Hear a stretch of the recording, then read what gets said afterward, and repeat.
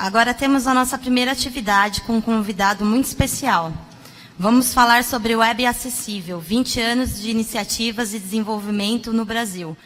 A apresentação será feita pelo professor José Antônio dos Santos Borges, informático pela UFRJ, com mestrado e doutorado em Engenharia de Sistemas e Computação pela COP, UFRJ. Trabalha desde 74 no Instituto Tércio Pacitti de Aplicações e Pesquisas Computacionais da UFRJ, onde atuou em diversas áreas como projeto de sistemas operacionais, computação gráfica, sistema CAD para eletrônica e microeletrônica, multimídia e síntese de voz e computação para pessoas com deficiência. É hoje reconhecido como um dos mais profícuos desenvolvedores na área de acessibilidade na América Latina e coordena o Grupo de Pesquisas e Desenvolvimento em Tecnologias Assistivas na NSE UFRJ. Sob sua orientação, foram produzidos os sistemas computacionais mais conhecidos e utilizados nessa área no Brasil, como o DOSVox, Braille Fácil, Motrix, MacDaisy, Microfênix, MusiBraille e a Prancha Fácil, entre outros. Por favor, sim, professor José Antônio.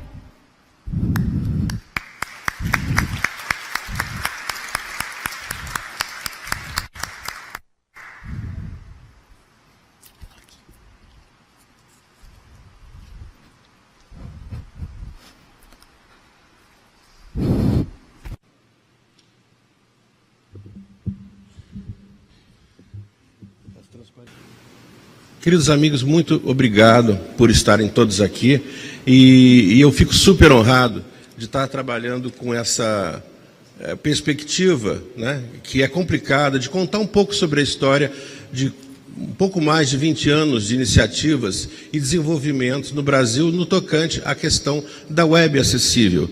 E aí eu começo falando um pouquinho sobre um ponto de início. Eu pensei que um ponto bom de início fosse 1988, quando existia aqui no Brasil uma rede chamada BitNet, né, que é uma rede que tinha sido trazida dos Estados Unidos, né, e era restrita a universidades e centros de pesquisa.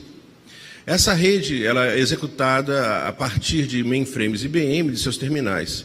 E ela tinha sido trazida com a ideia de diminuir os custos de comunicação e aumentar a interação na pesquisa. Essa rede era, na verdade, uma rede acadêmica. Ela era direcionada para uso exclusivo dos centros de pesquisa, em que quem utilizava eram absolutamente professores, pesquisadores, alunos, e ela não tinha nenhuma ideia de ser utilizada fora desse contexto. Bom, naquela época havia algumas pessoas que lutavam pela questão da disseminação das comunicações em prol da sociedade. Um desses homens era o Tadao Takahashi, que naquela época ele era o presidente da Sociedade de Informação. E o Tadao tinha ido ao Japão,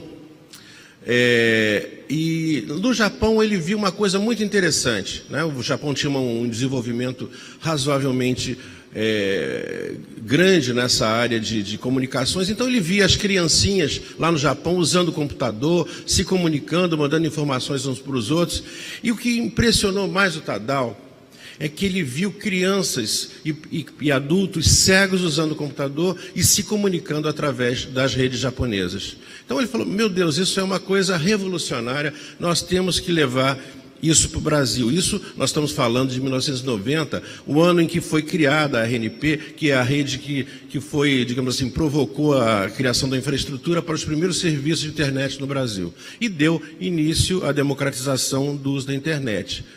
Bom, para colocar essa coisa no Brasil, a gente tem que contextualizar um pouco como é que era o acesso de deficientes visuais naquela época. Na verdade, havia um número muito restrito, muito pequenininho de pessoas que utilizavam computadores sendo cegos. Eram normalmente programadores que tinham sido treinados, né, pela IBM, né, e utilizavam, pela IBM e por outras pessoas também, outros cegos que tinham feito os cursos anteriormente, né, e utilizavam os terminais que eles chamavam de IBM 3270, e junto com o IBM 3270 tinha uma caixinha que eles chamavam de papagaio, né? Papagaio era um sintetizador de voz com uma voz bem robotizada, bem rouca, né? Mas era suficientemente boa para as pessoas cegas utilizarem o computador para fazer programas, para acessar informações, né?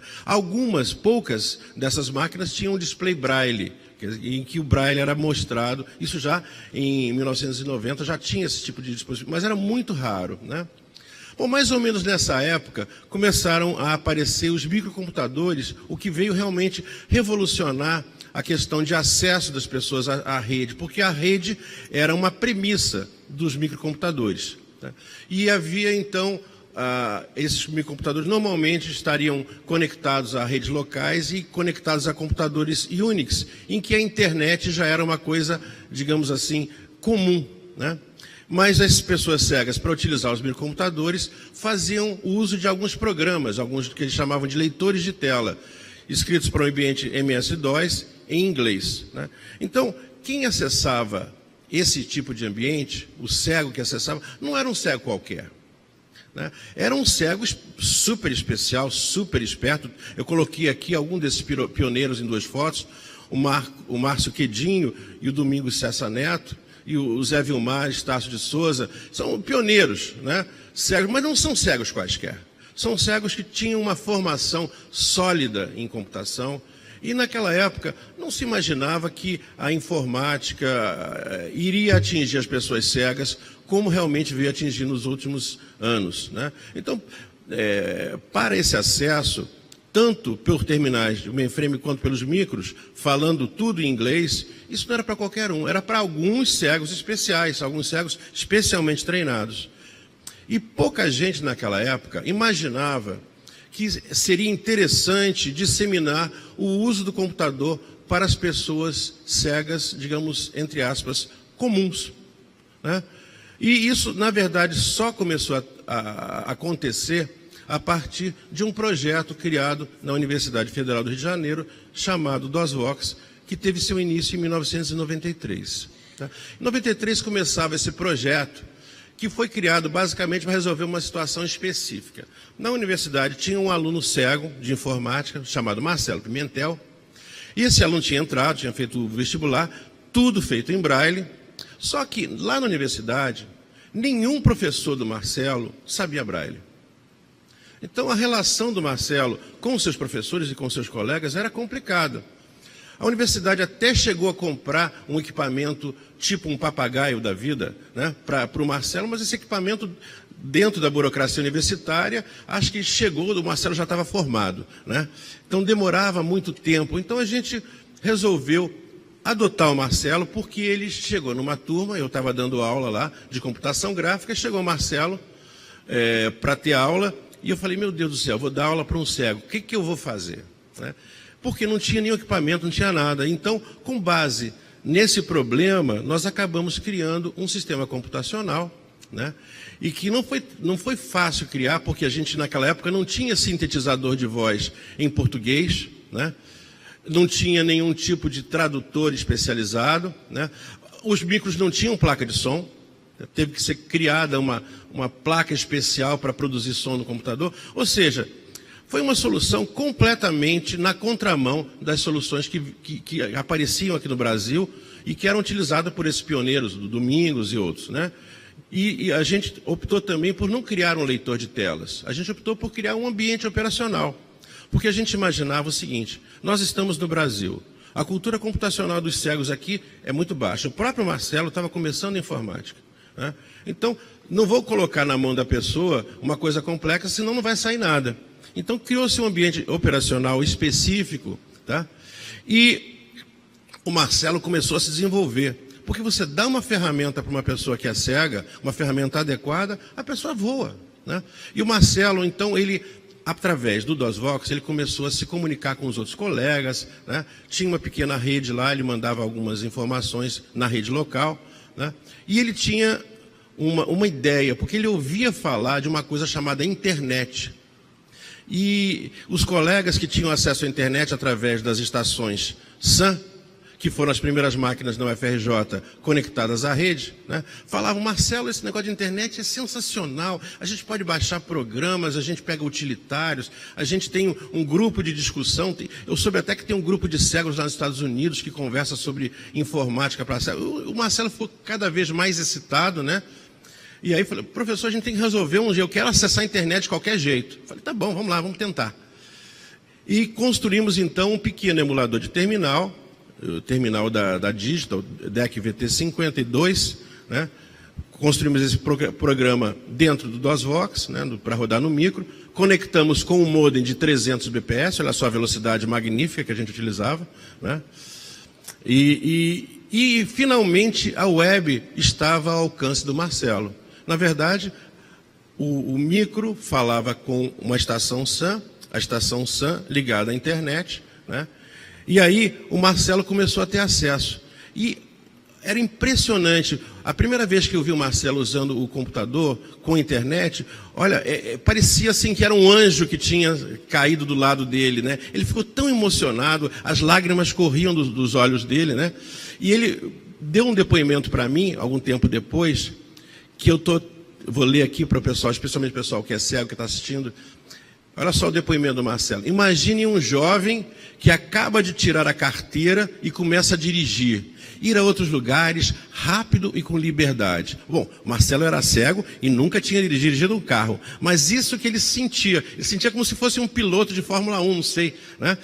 Então era assim que eu me sentia. Eu lia o JB Online, né? O primeiro jornal da internet, fornecido através do IBASE, utilizando o micro com o programa Lynx. Lynx é um navegador textual que existia naquela época, existe hoje ainda, né? Um navegador não gráfico, né?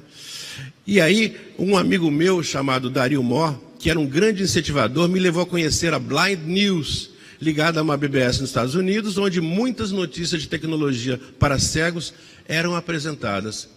E aí, em pouco tempo, eu me tornei um cego global. E isso era maravilhoso. Então, o Marcelo, com certeza, foi o primeiro cego brasileiro, jovem, depois vamos dizer assim, dos cobras que a gente falou anteriormente, o primeiro cego comum a acessar a internet no Brasil, né? Então, mas a gente, observando o Marcelo, pensamos assim: peraí, mas o Marcelo tem amigos, os amigos do Marcelo vão querer acessar também essa internet, né? Como é que a gente vai fazer isso? Bom, não era nada fácil. Então a gente se uniu à USP, a Universidade de São Paulo, à Rede Nacional de Pesquisa, e criamos uma estrutura bem doida que está ilustrada nessa figurinha aí embaixo. Que você tem então a internet estava ligada ao centro regional da RNP, em que havia 12 linhas telefônicas. A gente dava o número das linhas telefônicas para as pessoas cegas, e nós construímos um software especial para comunicação, que era muito simples para acessar. A pessoa dava uns códigos, uns comandinhos e já entrava direto na internet, né? E um software que a gente dizia que promovia a acessibilidade social. Bom, o que seria acessibilidade social? Bom, vamos primeiramente entender como funciona essa questão de acessibilidade na computação ou na web, né? A acessibilidade ela é composta de 3 ingredientes. Esses 3 ingredientes têm que andar juntos, senão a acessibilidade não existe. As 3 partes são os seguintes: os ingredientes são o conteúdo, ou seja, aquilo que está sendo mostrado, e a sua apresentação. Esse é o primeiro componente. Então, o conteúdo ele tem que estar preparado de forma conveniente, para ele poder ser consumido. Segundo, uma pessoa com deficiência vai utilizar uma ferramenta. Essa ferramenta tem que dar um acesso conveniente para esse conteúdo. E a terceira, mas talvez a mais importante delas, é o usuário. O usuário tem que saber usar. Não adianta você botar uma ferramenta maravilhosa, um conteúdo super bom, se o usuário não tiver um treinamento adequado para usar a ferramenta. Então, cada pessoa precisa de uma acessibilidade diferente. E os aspectos sociais, eles são talvez o mais importante de tudo. Se a gente não cuidar dos aspectos sociais, nada acontece. Bom, então, com base nisso, para a gente poder colocar os cegos na internet, né, a gente precisou pensar nesses aspectos sociais, né? E aí algumas pessoas tiveram importância especial. Uma dessas pessoas foi a Marta Gil. Marta Gil é uma socióloga que se preocupava muito com essas questões de dar acesso às pessoas com deficiência, criando, através de uma rede, a possibilidade das pessoas conversarem entre si, trocarem, aprenderem umas com as outras, tá? E, então, com a ajuda da Marta Gil, a gente criou um software chamado Discavox, que deu, então, a possibilidade, de se utilizar esse conjunto de informações aqui. E a gente conseguiu botar 400 cegos na internet. Um número, assim, escandaloso. Esse número, na verdade, era o sonho do Tadao Takahashi, naquele primeiro slide que eu mostrei, né? Ele sonhava em botar os cegos na internet e ele tinha colocado no jornal, nós vamos colocar 500 cegos na internet, e a gente não colocou 500 não, só colocamos 400. Mas mesmo assim, já foi um número bem significativo. Bom, em 1988, então, a coisa começou a deslanchar, né? Começou a existir um programa especial para acesso, um navegador especializado, um navegador textual, que era muito mais acessível quando você tinha cegos iniciantes. Porque uma pessoa cega utilizando a web, ela vai utilizar um sintetizador de voz. E o sintetizador de voz, ele começa a falar. E a pessoa que é iniciante, ela fica de saco cheio de escutar aquela coisa falando tanto, mesmo que o conteúdo seja super interessante. Então, a gente viu uma ideia num site da Xerox que defendia que os navegadores para deficientes visuais, eles tinham que ser o mais divertidos possíveis. Então, tudo aquilo que acontece na tela do computador tinha que ser sonorizado. Então, aparece um link, o computador faz plim, aparece uma linha divisória, o computador faz tsh, né? Então, tudo que era web, tudo que era informação de HTML era sonorizado. E aí o que a gente conseguiu fazer com que as pessoas cegas mais humildes começassem a utilizar a internet. Bom, nessa época, os sites ainda eram muito acessíveis. Por que eles eram muito acessíveis? Porque eles eram essencialmente lineares. Era um texto, né? Eventualmente algumas coisas em negrito, mas os primeiros usuários, inclusive Marcelo, começaram a reclamar. Poxa vida, tem uma figura aqui que eu não sei o que é. Especialmente porque ele usava o jornal, né? Tem aqui uma informação, essa tabela aqui está escrito assim, Rio de Janeiro, São Paulo, Minas, 20, 30, 50. Por que não está ao contrário? Rio de Janeiro, 20, São Paulo, 30, Minas Gerais, 50. Por que está nessa ordem tão estranha? Então, começaram a reparar que tinha coisas que não estavam legais na informação, né? Bom, mas a coisa só realmente começou a deslanchar a partir do momento em que o Bradesco recebe a visita de um técnico da Prodan chamado Laércio Santana, um analista de sistemas cego, que vai no Bradesco e fala assim, eu quero acessar as informações da minha conta corrente no computador.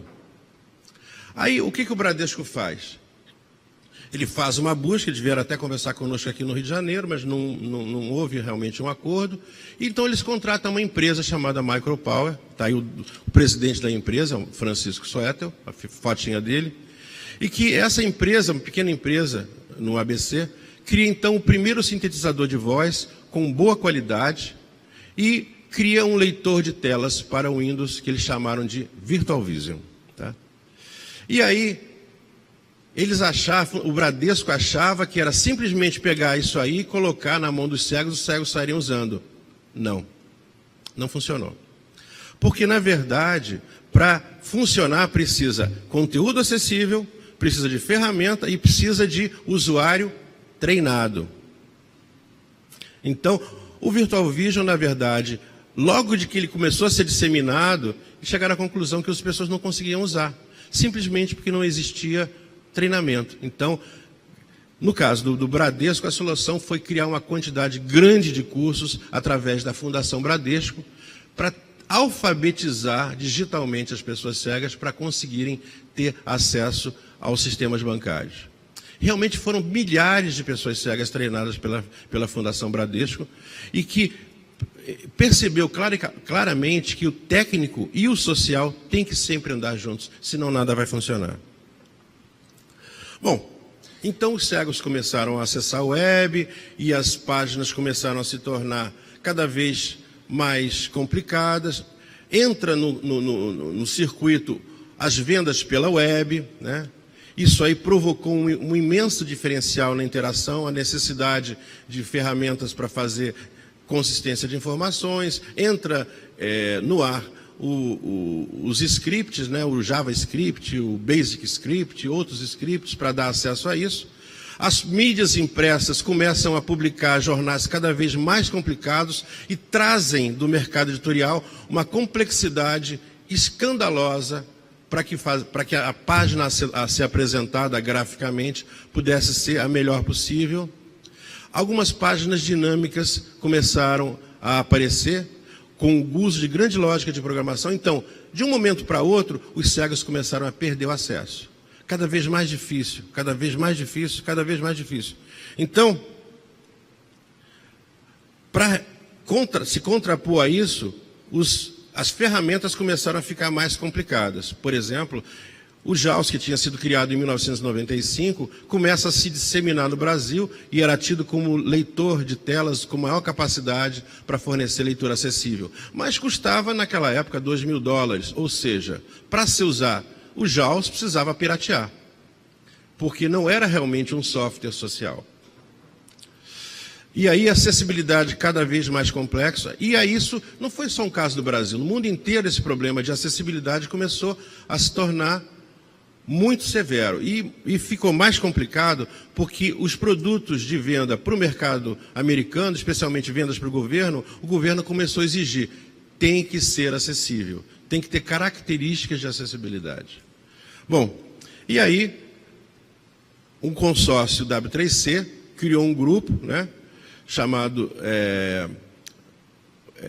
WAI, e que promulgou, então, um conjunto de orientações, que foi chamado de WCAG, tá? Isso em 1999. Era um livrão imenso, gordo, com centenas de milhares de orientações, né? E muito direcionado ao uso por deficientes visuais, cegueira e baixa visão, né? E aí o que acontecia? Chegava esse livrão, as pessoas aqui no Brasil queriam fazer uso desse livrão e não conseguiam, porque era muito complicado demais. E aí algumas pessoas começaram a ter uma percepção que para usar aqui no Brasil tinha que ser um troço mais simples. E algumas pessoas começaram a criar o que se chamava de cartilhas. Pegava-se o WCAG, que era um documento completo, extraía o essencial, o mínimo, e se publicava, então, uma cartilha, porque é claro que não ia atingir o 100% da acessibilidade, mas era suficiente para grande parte dos problemas ficarem resolvidos. A cartilha naquela época que era mais conhecida era a cartilha do Otávio Gameleira, que existe ainda, se alguém tiver curiosidade, www.lupadigital.info. Essa cartilha hoje está bem defasada, porque a internet evoluiu e a cartilha foi criada com base no WCAG de 1999. Mas é interessante a gente dar uma olhada nessa cartilha, porque historicamente ela é muito importante, tá?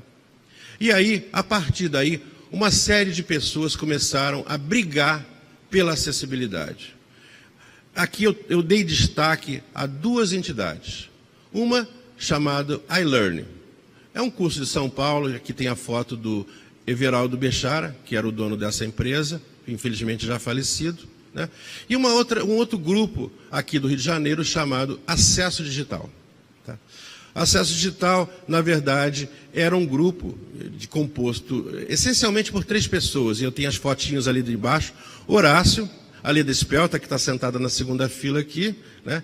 E uma pessoa que se tornou um grande personagem da acessibilidade do Brasil, o Marco Antônio de Queiroz, que o pessoal conhece como MAC. Um dos prêmios aqui desse evento é o prêmio MAC. Tá? Marco Antônio de Queiroz era uma pessoa cega, devido à questão de diabetes. Ele tinha feito transplante renal. Bom, é uma pessoa com gravíssimos problemas de saúde. Infelizmente, ele faleceu recentemente.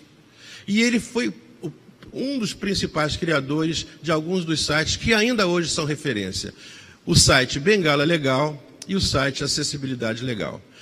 Aqui tem uma fotinha mais ampliada do MAC, aqui é o site Bengala Legal, né, que é um site que se preocupava em mostrar para as pessoas, motivar para a criação de sites acessíveis, mostrando como se fazia, discutindo os aspectos legais, discutindo os aspectos operacionais, né. Então, o Marco Antônio de Queiroz foi realmente uma das personalidades mais importantes aqui no Brasil e que a gente tem que realmente reverenciar, né.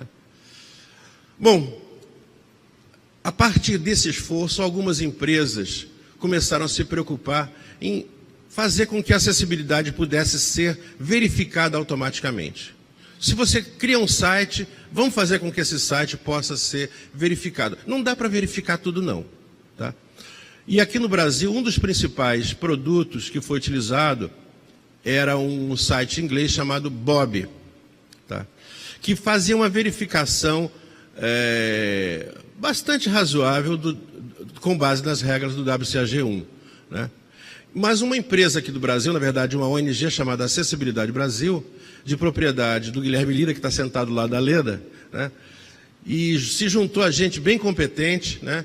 E criou o primeiro verificador brasileiro de grande disseminação, seguindo também as regras do WCAG1. Esse produto, eu conversando com o Guilherme ontem, ele falou, olha, estamos agora lançando a versão nova do Da Silva. O Da Silva foi o primeiro verificador brasileiro de grande disseminação, né? E que deu origem ao principal verificador que é mais usado aqui no Brasil, que é o ASIS, que também é de autoria do Guilherme. E da sua equipe, naturalmente, né? Bom, aqui é a imagem do Da Silva, né, a imagem que existe hoje.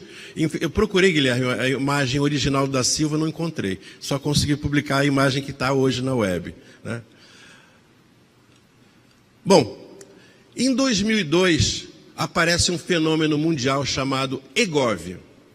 Os governos tinham a ideia de desburocratizar, aumentar a velocidade e diminuir as fraudes encontradas na relação das pessoas com o governo. E o governo brasileiro seguiu essa mesma onda, tá? Só que isso provocou um fenômeno muito estranho. O fenômeno é o seguinte: se toda relação com o governo é mediada pela web, quem não acessa a web simplesmente não é cidadão.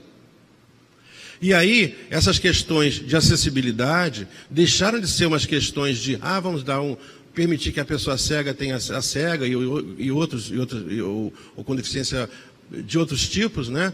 Ou visão subnormal. Não era simplesmente de dar acesso, é porque se não se desse acesso, a pessoa simplesmente deixava de ser cidadão. E aí algumas pessoas, algumas entidades começaram a brigar por isso, brigar seriamente, né? E aí, no caso, o SERPRO, o Serviço Federal de Processamento de Dados, teve um papel muito importante. E aí temos o Marcos Kinski e a Miriam Simofusa como dois grandes lutadores, dois grandes reclamadores sobre a necessidade de que os cegos pudessem realmente ter acesso a tudo do governo eletrônico, tá? Porque se não tivesse acesso a tudo, seriam cidadãos de segunda classe. Ou simplesmente não seriam cidadãos. Tá? E aí, a partir desse momento, um pouquinho antes, na verdade, uma série de leis foram promulgadas. Não vou ler aqui as leis, mas em 2000 foram promulgadas leis voltadas para a questão da acessibilidade dos meios de transporte. Ainda em 2000, as questões do acesso das pessoas com deficiência e mobilidade reduzida. Isso tudo foi misturado num grande decreto chamado 5296 de 2004, né, que estabeleceu um prazo inicial, olha só, de 2004, um prazo inicial de 12 meses para que todos os portais e sites eletrônicos da administração pública passassem por um processo de acessibilização, de modo a viabilizar a acessibilidade das pessoas com deficiência visual garantindo-lhes o pleno acesso às informações. Bom, nós estamos em 2016. Essa lei, esse decreto é de 2004.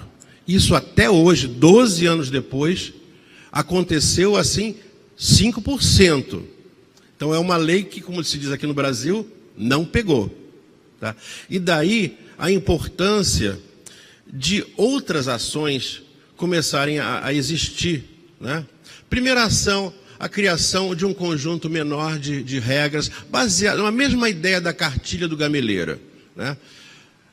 Uma coisa mais simples que as empresas pudessem seguir, sem cair nas complexidades do WCAG. Tá? Porque, apesar das leis, havia uma imensa dificuldade e resistência das empresas e do governo em acessibilizar o site. Não era barato, não havia gente em quantidade suficiente, e não era realmente possível fazer aquilo. Então, era uma lei simplesmente incumprível. Uma lei boa, mas simplesmente incumprível, porque não havia insumos de ordem, digamos, operacional que viabilizassem. Então, foi criado um documento simplificado, uma cartilha, que foi chamada de EMAG, que é o modelo de acessibilidade do governo eletrônico. Né? E esse modelo, então, definiu regras simples que pudessem ser aplicadas dentro de critérios econômicos bem mais razoáveis do que a aplicação do WCAG, que, diga-se de passagem, é um excelente documento, mas aplicado ao Brasil é muito grande demais. Né? E aí, mais ou menos nesse caldeirão, começa a se buscar dentro do governo o uso de alternativas gratuitas, porque o governo pagava só de licenças de Windows R$1 bilhão por ano. Solucionar grande parte foi o surgimento de um leitor de telas australiano chamado NVDA. Um produto gratuito, né, e que tomou grande parte do mercado dos JAWS. Né.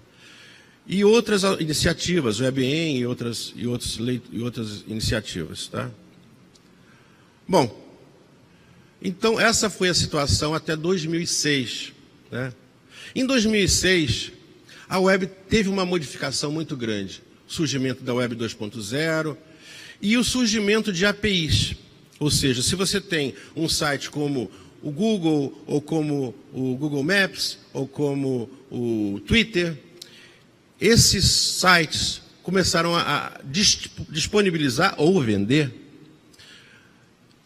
application interfaces que tornaram possível a criação de serviços com diferentes estratégias. Isso aí, na verdade, com a ideia de disseminar. Claro que isso trouxe um outro problema, que é a necessidade de autenticação e autorização, que naquela época não era importante, mas a partir do momento que você torna um serviço disponibilizado para uso externo, não pela companhia que produziu, a autenticação e autorização tem que sofrer realmente uma modificação. E aí eu vou mostrar para vocês um exemplo que mostra que isso realmente é muito legal. Né? Tem aqui o YouTube. Né? YouTube na sua forma convencional, cheio de figurinhas. Né? Então a pessoa cega ou a pessoa com uma dificuldade de dislexia vai entrar num site como esse, cheio de elementos, ele se perde completamente. Então, através desse ferramental, dessas APIs que foram distribuídas, por exemplo, no YouTube, se pôde criar um utilitário como esse aqui, que é chamado de VoxTube, né? Em que as informações estão listadas numa lista. A pessoa vai usando a setinha para baixo, ele vai mostrando cada uma das informações, chegou naquele que aperta Enter e pronto. Então, é uma acessibilidade diferenciada, é o serviço transformado para um outro tipo de interface. É claro que não se pode fazer isso para tudo, mas pelo menos para as coisas mais importantes, hoje já existe. Por exemplo, existe para Facebook, existe para Twitter, existe para YouTube e vários outros, Instagram e outros já têm essas interfaces especializadas. Elas não fornecem tudo que o site original fornece, mas elas fornecem acessibilidade. Elas permitem que uma pessoa comum possa, sem o maior treinamento, consiga fazer o uso das informações. E para completar, novos requisitos em projetos web, né? Para tornar os projetos mais versáteis, modificáveis e aproveitáveis, foi definido um novo modelo de geração de sites. em 3 camadas, que a gente chamaria de camada do programador, camada do designer e camada do conteudista. Pensa assim, o conteudista programa em HTML, um HTML simples. O designer programa transformando esse HTML numa coisa bonita de ser vista, CSS.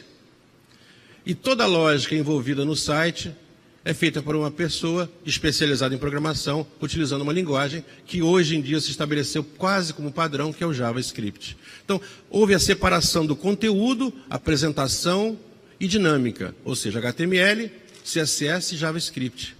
E aí, o que aconteceu? Essas regras antigas do WCAG pararam de funcionar. Porque os paradigmas de construção de web se modificaram repentinamente.